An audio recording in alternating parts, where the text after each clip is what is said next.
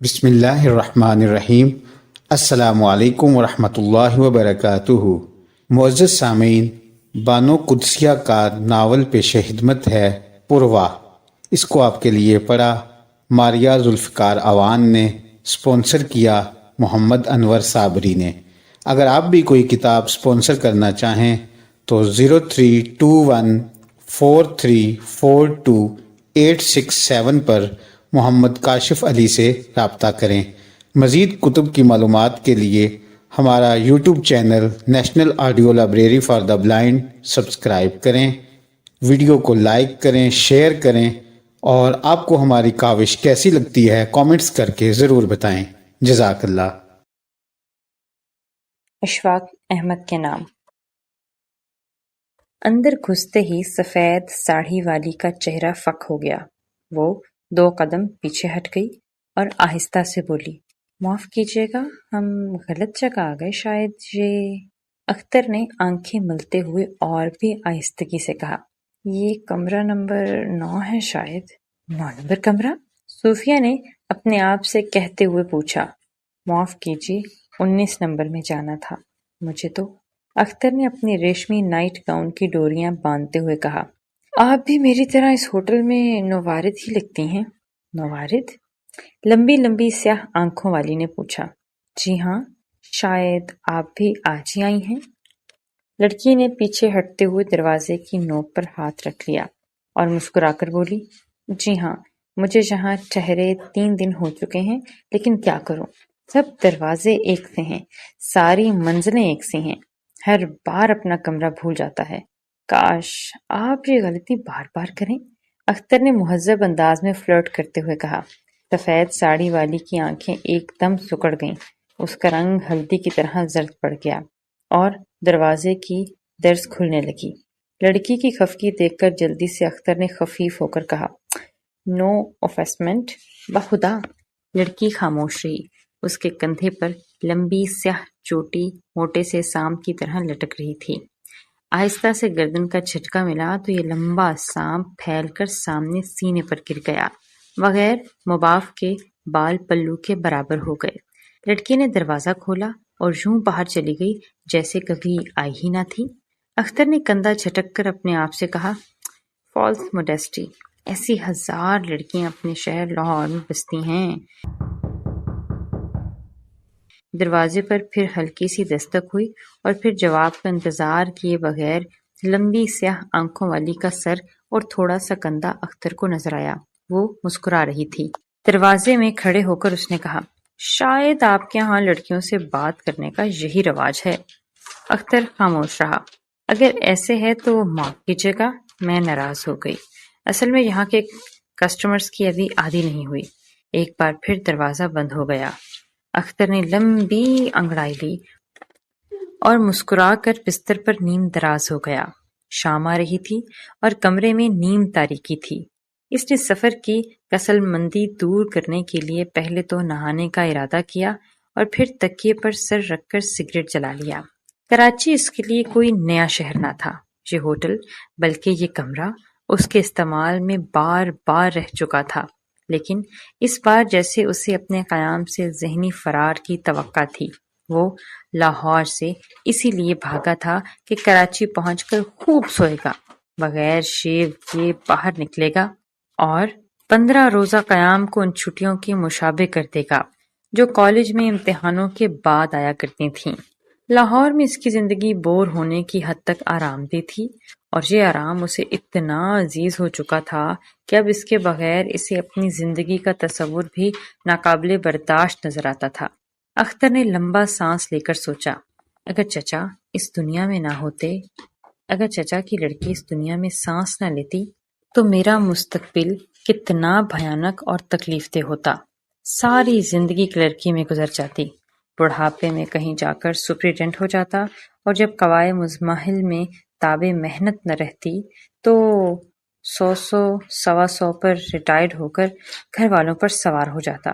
ایسی زندگی کے تصور سے ہی اس کے رونگٹے کھڑے ہو گئے اور قیمتی سگریٹ کا مزہ کسیلا ہو کر حلق کو چبھنے لگا۔ اچانک اختر کو احساس ہوا کسی نے اس کے دروازے پر ہلکی سی دستک دی۔ یہ دستک نہایت ہلکی تھی، کمل کے پھولوں پر ننگے پیر چلنے کی چاپ۔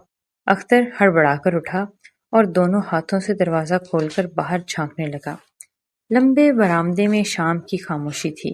گھسا ہوا سرخ قالین ایک سرے سے دوسرے سرے تک کمروں کے آگے آگے بچھا تھا، اور سیڑھیوں کے پاس اسٹول پر بیٹھے ہوئے بیرے کے علاوہ اور کوئی صورت نظر نہ آتی تھی۔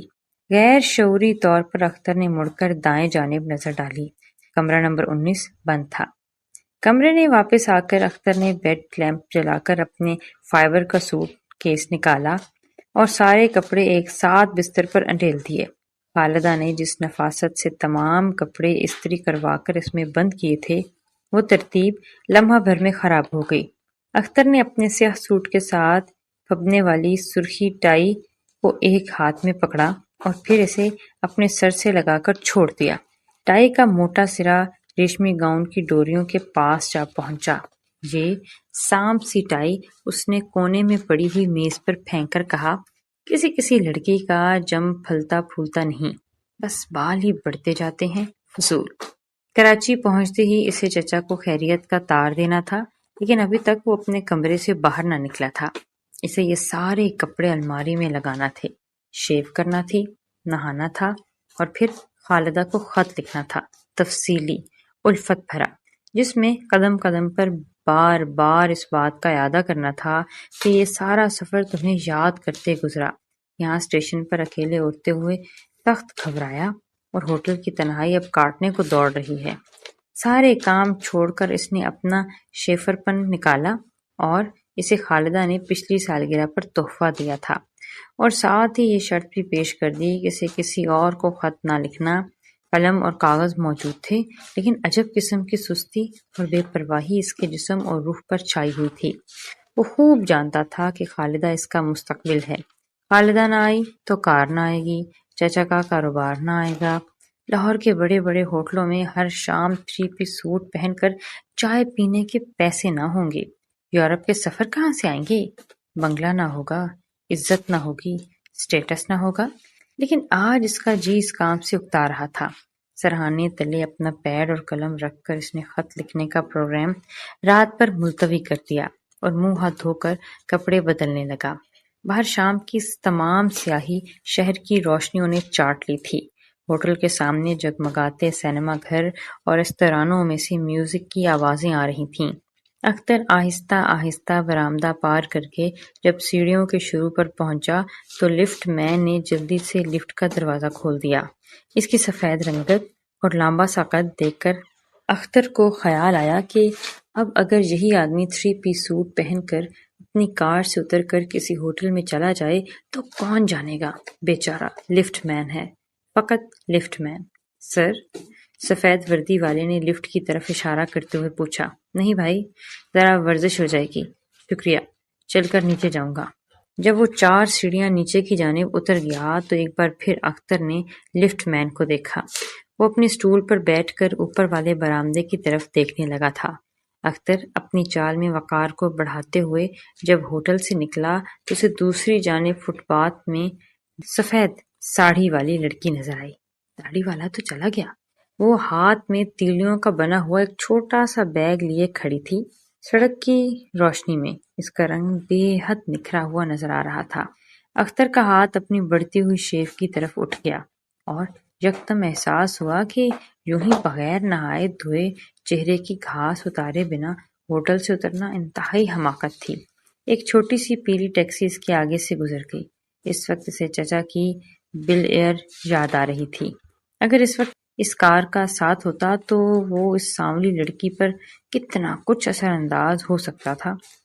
کاروں کا لڑکیوں پر عجیب روب پڑ جاتا ہے، لیکن جہاں چچا کی بل ایئر ساتھ نہ تھی اور نہ ہی وہ کسی طرح اس لڑکی پر ظاہر کر سکتا تھا کہ لاہور کی کشادہ لمبی سی سڑک پر ان کا بنگلہ ہے، اپنی کار ہے، یعنی چچا کی کار اور بنگلہ ہے جو بہت جلد اس کا ہو جائے گا۔ کراچی کے قیام کو یادگار بنانے کے لیے اس نے یکدم اس سانولی لڑکی کا انتخاب کر لیا۔ سیاہ شیور لے کر ٹیکسی میں بیٹھ کر اختر نے ٹیکسی والے سے کہا، وہ سامنے بی بی جی کو ساتھ لینا ہے، ذرا ٹیکسی اس کی طرف چلاؤ۔ ٹیکسی والے نے میٹر کا ہینڈل گھمایا اور ٹریفک پر نظر مار کر ٹیکسی دوسری جانب کھڑی ہوئی لڑکی کی طرف موڑ لی۔ سمندری ہوا میں سفید ساڑی کا پلو اڑ رہا تھا۔ بالوں کی چوٹی اب گتھے ہوئی جوڑے کی صورت میں گردن پر بیٹھی ہوئی تھی۔ گندمی مائل سانولے پیر چھوٹے چھوٹے سلپروں میں پڑے تھے اور ناخنوں کی کیوٹ کٹس اس روشنی میں سیاہ لگ رہے تھے۔ ٹیکسی بڑے مؤدب انداز میں ہولے ہولے اس کے پاس جا کر رک گئی۔ چھوٹے چھوٹے پاؤں گھبرا کر 2-3 قدم پیچھے ہٹ گئے۔ اختر نے پچھلی سیٹ سے آگے ہو کر کھڑکی میں سے اپنا چہرہ نکالا اور بڑی قانونت نما انگریزی میں بولا، چلیے آپ کو منزل پر پہنچا دوں۔ پہلے تو لمحہ بھر اس لڑکی نے اختر کو پہچاننے سے انکار کر دیا، لیکن پھر وہ مسکرائی، ہموار سفید دانت سڑک کی روشنی میں جگمگائے اور انکار کرتے ہوئے بولی، جی نہیں، مجھے برٹش ایمبیسی تک جانا ہے، کسی رکشے پر چلی جاؤں گی۔ اختر نے جی میں سوچا، شاید اسے خیال آ رہا ہے کہ ٹیکسی کے پیسے میں ادا کروں گا اور اس طرح یہ میرے احسان تلے آ جائے گی۔ کاش اپنی بلیئر یہاں ہوتی، کاش۔ پھر اس نے مسکراتے ہوئے کہا، میں آپ کو ایمبیسی تک چھوڑ آؤں گا۔ جی نہیں شکریہ، لیکن بائیں ہاتھ میں بندھی ہوئی اپنی چھوٹی سی گھڑی کو وہ کان سے لگا کر بولی، جی نہیں، مجھے ایسی جلدی نہیں۔ اختر نے بے پرواہی سے کندھے جھٹک کر کہا، وہ آپ کی مرضی ہے، میں نے سوچا تھا کہ آپ عورت ہیں اور اکیلی کھڑی ہیں، اپنی سواری آفر کر دو۔ لڑکی نے دایاں بازو لٹکا دیا، تیلیوں کا پرس اس کے گھٹنے کو چھونے لگا۔ وہ آہستہ سے بولی، یہاں کے لوگ بہت کائنڈ ہیں، بہت جنرس ہیں، لیکن پھر بھی شکریہ۔ کچھ دور آ کر ٹیکسی کا انجن ہولے ہولے بند ہو گیا۔ اختر نے مڑ کر دیکھا تو سفید ساڑی والی مسکرا رہی تھی اور اس کی مسکراہٹ میں طنز تھا، زہر خند تھا۔ چچا کو تار دیے بغیر اگلے موڑ سے اختر پلٹ آیا، لیکن گردن پر سیاہ جوڑے کا بوجھ اٹھائے وہ ایمبیسی کی طرف جا چکی تھی۔ ٹیکسی کو ٹپ اور پیسے دینے کے بعد وہ لفٹ میں چڑھ کر اپنے کمرے میں آ گیا۔ سمر کا کوٹ پلنگ پر پڑے ہوئے کپڑوں پر پھینک کر اس نے قلم اور پیڈ نکالا۔ اسے یکدم خالدہ بہت زیادہ آنے لگی تھی۔ ہوٹل کا پتہ رقم کرتے ہی اس نے لکھا، بہت پیاری خالدہ، راستہ بھر تم بہت یاد آئی، عجب بے تکا سفر ہے، یعنی تمہاری زلف و تا کی طرح انگریزی فیشن کے بال کٹوانے سے پہلے کہ ختم ہونے ہی نہیں آتا۔ آج کا سارا دن سونے میں گزرا۔ ایک لطف کی بات بتاؤں، آج شام کو ایک کریک سی لڑکی کمرہ بھول کر میرے کمرے میں آ گئی۔ جی چاہتا ہے کہ اس کا پھول بناؤں، لیکن پھر تمہاری صورت میری آنکھوں میں آ جاتی ہے اور تمہاری ہم جنسوں پر رحم آ جاتا ہے، ورنہ تمہاری سب خواہشیں مجھے یاد ہیں۔ دیکھو چچا کو یاد دہانی کرا دینا کہ میری کلب کا چندہ بھجوانا نہ بھول جائیں، اور کچھ جانے من، تمہارا تھکا ہوا اختر۔ خط لکھ کر اس نے بیڈ لیمپ کے پاس رکھ دیا، پھر بیڈ لیمپ اور چھت کی بتی بجھا کر آرام دہ کرسی پر بیٹھ گیا۔ سگریٹ سلگا کر اس نے ایک لمبا کش لیا۔ فضا میں تمباکو کی دھیمی دھیمی خوشبو کا بھباکا اٹھا۔ اختر نے لمبی سانس لی اور سوچا، آج کا دن بھی رائیگاں گیا، چھٹیوں کا پہلا دن، فرار کی پہلی گھڑیاں، کچھ بھی تو قابل ذکر نہ ہوا آج۔ اگر وہ آج لاہور میں ہوتا تو خالدہ اور چچا کو ساتھ لے کر وہ کسی سینما گھر جاتے۔ رات کا کھانا کسی فیشنیبل ریستوران میں کھانے کے بعد وہ گھر لوٹتے۔ کراچی میں پہلی بار اسے تنہائی کا احساس ہوا، گہری تنہائی اور اداسی کا احساس۔ اس نے نائٹ سوٹ پہنا اور کھانا کھائے بغیر پلنگ پر لیٹ گیا۔ چائے پاس پڑی ہوئی ٹھنڈی پڑنے لگی۔ انڈے کا آملیٹ کھانے کے بعد اختر نے اخبار کھول دیا اور وہ بڑی دلچسپی کے ساتھ ہیڈ لائنز پڑھنے لگا۔ ہوٹل کے ڈائننگ روم میں اکا دکا لوگ اب ناشتہ کر رہے تھے۔ سارے کمرے میں تلی ہوئی کلیجی، گریپ فروٹ اور چائے کی ملی جلی خوشبو پھیلی تھی۔ میزوں پڑے ہوئے گلدانوں میں نازک نازک پھول بڑی نفاست سے سجے ہوئے تھے اور دبے پاؤں چلنے والے بیروں کی آمد و رفت سرخ قالین پر محسوس تک نہ ہوتی تھی۔ اختر نے اخبار پرے کر کے کلیجی کا ٹکڑا منہ میں لیا اور چائے کی پیالی ہونٹوں سے لگا کر ڈائننگ ہال پر نظر ڈالی۔ اس سے قریباً 5 میز ادھر کنول نینی بیٹھی تھی۔ اس کی پشت اختر کی جانب تھی اور سروٹ گھٹنوں کے سے کھسک کر قالین پر جا پڑا تھا، اور آج بھی اس نے سفید ساڑی پہن رکھی تھی۔ صرف آج اس کے پلو میں زرد رنگ کی لائنیں تھیں اور پشت کے کچھ حصے پر بسنتی رنگ کا بلاؤز نظر آ رہا تھا۔ بالوں کی چوٹی کرسی پر دو بل کھا کر اس کے سر پر جا چمٹی تھی۔ اختر نے ایک بار پھر نظریں اخبار پر جما دیں، لیکن دوسرے لمحے اس نے اخبار کے کنارے سے پھر اسی میز کی طرف دیکھا۔ وہ بیرے سے کچھ کہہ رہی تھی، پھر وہ اٹھنے لگی، لیکن بیرے نے کچھ ایسی بات کہی کہ وہ بیٹھ گئی اور میز پر کوہنی ٹکا کر دیوار کی طرف دیکھنے لگی۔ اختر نے دیوار کی جانب نظریں گھمائیں۔ وہاں لاہور کے ایک مشہور آرٹسٹ کی تصویر آویزاں تھی۔ سرخ نیلے اور زرد رنگ کی آمیزش سے تجریدی آرٹ میں خزاں کا منظر دکھایا گیا۔ اختر نے اخبار میز پر رکھ دیا اور سرویٹ سے منہ پونچھ کر کنول نینی کی میز پر چلا گیا۔ مزاج شریف؟ سفید ساڑھی والی نے گھبرا کر اس کی طرف دیکھا۔ اتنی چھوٹی سی لڑکی کے سامنے پہلی بار اختر کو اپنا لمبا قد مضحکہ خیز لگا۔ اس نے ایک کرسی پر ہاتھ رکھ کر ذرا کمر کو خم دے کر کہا، ایک چھت تلے رہتے ہوئے ایک طرح سے ہم ہمسائے ہیں، مزاج شریف۔ وہ مسکرا دی۔ سیاہ لمبی لمبی آنکھوں کا سحر اور بڑھ گیا۔ میرا نام اختر علی خان ہے، لاہور میں رہتا ہوں۔ اختر نے اس کا سرویٹ اٹھاتے ہوئے کہا۔ بڑے تکلف سے سرویٹ پکڑتے ہوئے کنول نینی بولی، صوفیہ ربیع الدین، ڈھاکہ، مشرقی پاکستان۔ اختر مسرور ہو کر بولا، یعنی پھر تو ہم ایک طرح سے ہم وطن ہوئے۔ ایک طرح سے کیا معنی؟ صوفیہ کی آبروؤں پر بل پڑ گئے۔ کیا ہم وطن نہیں ہیں؟ بڑی خندہ پیشانی سے اختر نے کہا، لیکن درمیان میں آپ کی خیریت بھی تو ہے۔ خیریت؟ کیا معنی؟ میں سمجھی نہیں۔ اختر نے کرسی پر بیٹھتے ہوئے بات کی، ہم وطن جہاں بھی ہوں ہم وطن رہیں گے، لیکن کل شام آپ نے اس اپنائیت کا ثبوت نہیں دیا۔ میں نے کیا کیا تھا؟ اس نے بڑی سادگی سے پوچھا۔ آپ نے مجھ پر اعتماد نہیں کیا تھا اور میرے ساتھ ٹیکسی میں نہیں بیٹھی تھی، اس نے گلہ آمیز لہجے میں کہا۔ مکئی کے دانوں کی طرح ہموار اور ہاتھی دانت کی طرح سفید دانت کنول نینی کی مسکراہٹ میں شامل ہو گئے۔ میں یہاں اجنبی ہوں اور کسی کو نہیں جانتی۔ اس کے یہ معنی ہوئے کہ جو فاصلہ جغرافیائی حدود نے قائم کیا ہے وہ دوری آپ کے دل میں بھی بستی ہے۔ اختر نے سوال کیا، میں آپ کا مطلب سمجھی نہیں۔ اس نے پھر سادگی سے پوچھا، یعنی آپ نے مجھے اپنا ہم وطن نہیں سمجھتی، ورنہ آپ کو اعتبار کرنے سے پہلے جاننے کی ضرورت محسوس نہ ہوتی۔ اختر نے جلدی سے ذہانت بھری بات سوچی۔ ایک بار پھر مکئی کے دانے مسکرا اٹھے۔ یہاں کے لوگ باتیں بڑی ذہانت سے کرتے ہیں، لیکن دراصل ذہین نہیں ہیں۔ اختر نے آبرو اٹھا کر پوچھا۔ اس بار مکئی کے دانوں سے چٹکنے کی آواز آئی، بلکہ ہلکا سا قہقہ گلدان کے پھولوں سے ٹکرا گیا۔ آپ میری بات گول کر رہی ہیں، آپ کو مجھ پر اعتبار نہیں ہے نا؟ اس نے زرد لائنوں والے پلو کندھے پر رکھتے ہوئے کہا۔ میں نے کب کہا تھا اختر صاحب؟ پھر کل والی بے انصافی کی تلافی کر دیجیے نا۔ تلافی؟ کیسی تلافی؟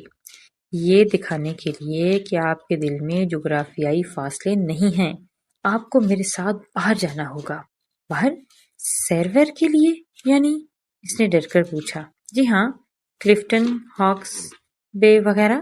یہ تو ممکن نہیں، مجھے ایمبیسی میں کچھ کام ہے، ورنہ شاید۔ اختر کا دماغ حاضر تھا۔ اس نے جھٹ کر کہا، ورنہ شاید میں کوئی اور بہانہ تراش لیتی۔ بیرا چھوٹی سی ٹرے میں چند روپے اور کچھ ریزگاری ڈال کے لے آیا۔ خط پوسٹ کر دیے تھے؟ صوفیہ نے بیرے سے پوچھا۔ جی ہاں۔ پہنچ تو جائیں گے نا؟ اس نے پھر تفتیش کی۔ اتنے بڑے ہوٹل میں اتنی چھوٹی سی بات پر بیرے سے یوں جرا کرنا اختر کو معیوب سا لگا۔ اس نے نظریں میز پر ٹکا دیں۔ صوفیہ کے سیاہ پرس کے ساتھ SAS لائنز کا ایک ٹکٹ رکھا تھا۔ چاندی کی ٹرے میں سے صوفیہ نے سارے پیسے اٹھا لیے اور صرف دونی رہنے دی۔ اختر نے کنکھیوں سے اس دونی کی طرف دیکھا۔ وہ بہرے سے آنکھیں دوچار کرنا نہ چاہتا تھا۔ اسی کام کے لیے اس ہوٹل میں اس کی 1 روپیہ ٹپ مقرر تھی، لیکن پھر یہ سوچ کر شاید اس کنجوسی کی وجہ صوفیہ کی لا علمی ہو، اس نے چہرہ اٹھا کر بیرے کی طرف دیکھا۔ اس کے ابرو اور جبڑے ناخوشی سے اکڑے ہوئے تھے۔ ہلکا سا سلام کر کے پشت کی طرف چاندی کی ٹرے کیے وہ چلا گیا۔ تو ایک دو مرتبہ پھر گفتگو کا سلسلہ جاری کرتے ہوئے اختر بولا، تو چلیے آج میں آپ کو ایمبیسی تک پہنچاؤں۔ صوفیہ نے بہانہ تلاش کرنے کے لیے بٹوا کھولا اور پھر اس میں SAS کا ٹکٹ دھر لیا۔ اس کے چہرے سے ناراضگی عیاں تھی۔ اختر نے اس کے تیور تو بھانپ لیے تھے، لیکن وہ اس دھان پان سی لڑکی پر چھانے کا عہد کر چکا تھا۔ اس نے اڑیل ٹٹو کی طرح کہا، بات حب الوطنی کی کس کتاب میں یہ بھی رقم نہیں کہ ہر ہم وطن کے ساتھ ہم ایک ہی ٹیکسی میں سفر کرنا لازم ہوتا ہے، لیکن پھر بھی چلیے۔ جب وہ دونوں سیڑھیوں پر پہنچے تو اختر نے مسرت کے ساتھ نوٹ کیا کہ سفید وردی والا لفٹ مین اپنی سیٹ پر موجود نہ تھا، لیکن لفٹ سیڑھیوں کے چوکھٹے کے ساتھ لگی ہوئی تھی۔ لفٹ میں گھس کر اس نے بٹن دبایا، جنریٹر کی آواز آنے لگی اور آہستہ آہستہ لفٹ نیچے کی طرف کھسکنے لگی۔ آپ کے دیس میں کیا تمام لڑکیاں اتنی ہی خوبصورت ہوتی ہیں مس ربیع الدین؟ اس نے پوچھا۔ وہ لفٹ کے کونے میں لگی کھڑی تھی اور اختر کے مقابلے میں بہت چھوٹی نظر آ رہی تھی۔ اس نے مسکرا کر کہا، اور شاید آپ کے لاہور میں سبھی لوگ اتنے خوش آمدی ہوتے ہیں۔ دونوں بے ساختہ ہنس دیے اور لفٹ نچلی منزل کی گیلری میں جا کر کھڑی ہو گئی۔ لفٹ میں سے نکلتے ہوئے صوفیہ نے کہا، آپ پٹھان ہیں نا؟ جی۔ آپ نے کیوں کر اندازہ لگا لیا؟ آپ کے نام سے، اختر نے اس کے برابر ہوتے ہوئے پوچھا۔ اور اس اندازے کی ضرورت کیوں محسوس ہوئی؟ صوفیہ نے ذرا سا چہرہ اختر کی طرف پھیرتے ہوئے کہا، اس لیے کہ سنا ہے پٹھان قوم بڑی دلیر ہوتی ہے اور کبھی پیٹھ کی طرف سے حملہ نہیں کرتی۔ اختر بھی جانتا تھا کہ ایسی روایات اس قوم سے وابستہ تھیں، یعنی اس وقت یہ روایت آپ کو کیوں یاد آئی؟ خوشامد پیٹھ کی وار سے کرنے کے مترادف ہوتی ہے، اگلا انسان بچ نہیں سکتا۔ اختر خاموش ہو گیا۔ وہ سوچ رہا تھا کہ یہاں ذہانت سے پالا پڑا ہے، قدم پھونک پھونک کر دھرنا ہوگا، ورنہ اسے زیر کرنے سے پہلے کہیں میں ہی نہ مارا جاؤں۔ لمبی سی بیوک ٹیکسی کا دروازہ کھول کر ڈرائیور ایک طرف کھڑا ہو گیا۔ زرد بلاؤز والی کی کمر بہت پتلی تھی، اس کے گرد لپٹی ہوئی ساڑی کی زرد لکیریں اور کمر کو دیکھ کر خواہ مخواہ اختر کو اپنے دیس کی زرد بھیڑ یاد آ گئی۔ وہ کار کے کونے میں انجانی سی الگ تھلگ ہو کر بیٹھ گئی اور باہر کی طرف دیکھنے لگی۔ اختر نے لمبی لمبی ٹانگیں سمیٹ لیں، پھر بھی اگلی سیٹ کی پشت سے اس کے گھٹنے تھوڑے ہی دور رہ گئے۔ ایمبیسی؟ British embassy. اختر نے تفصیل سے ایڈریس سمجھاتے ہوئے ڈرائیور سے کہا۔ ٹیکسی روانہ ہو گئی۔ کمل نینی اس طرح خاموش تھی گویا یہاں سے کوسوں میل دور بیٹھی ہو۔ آپ ایمبیسی میں کب تک ٹھہریں گی؟ کچھ کہہ نہیں سکتی، شاید 10 منٹ لگیں اور شاید 2 گھنٹے لگ جائیں۔ اختر نے اپنے آبرو اٹھا کر کہا اور پھر پوچھا، اتنا غیر متعین کام ہے کیا؟ اب وہ سادہ سی لڑکی بن گئی تھی جس میں نہ کوئی ڈنگ تھا نہ کوئی زہر۔ اس نے بڑی میٹھی آواز میں کہا، لندن میں جس ہاسٹل میں مجھے اترنا ہے اس کے متعلق کچھ گڑبڑ پیدا ہو گئی ہے، بس اس کا فیصلہ کرنا ہے۔ تو آپ لندن جا رہی ہیں؟ جی، اختر نے آرام سے بیٹھتے ہوئے کہا۔ تو صبح چائے کی میز پر وہ آپ کا ہی ہوائی ٹکٹ تھا؟ جی۔ تو آپ سیدھی ڈھاکہ سے یہ کیوں نہ چلی گئیں؟ یہاں کے لوگوں سے آپ کو کیا تکلیف پہنچتی تھی بھلا؟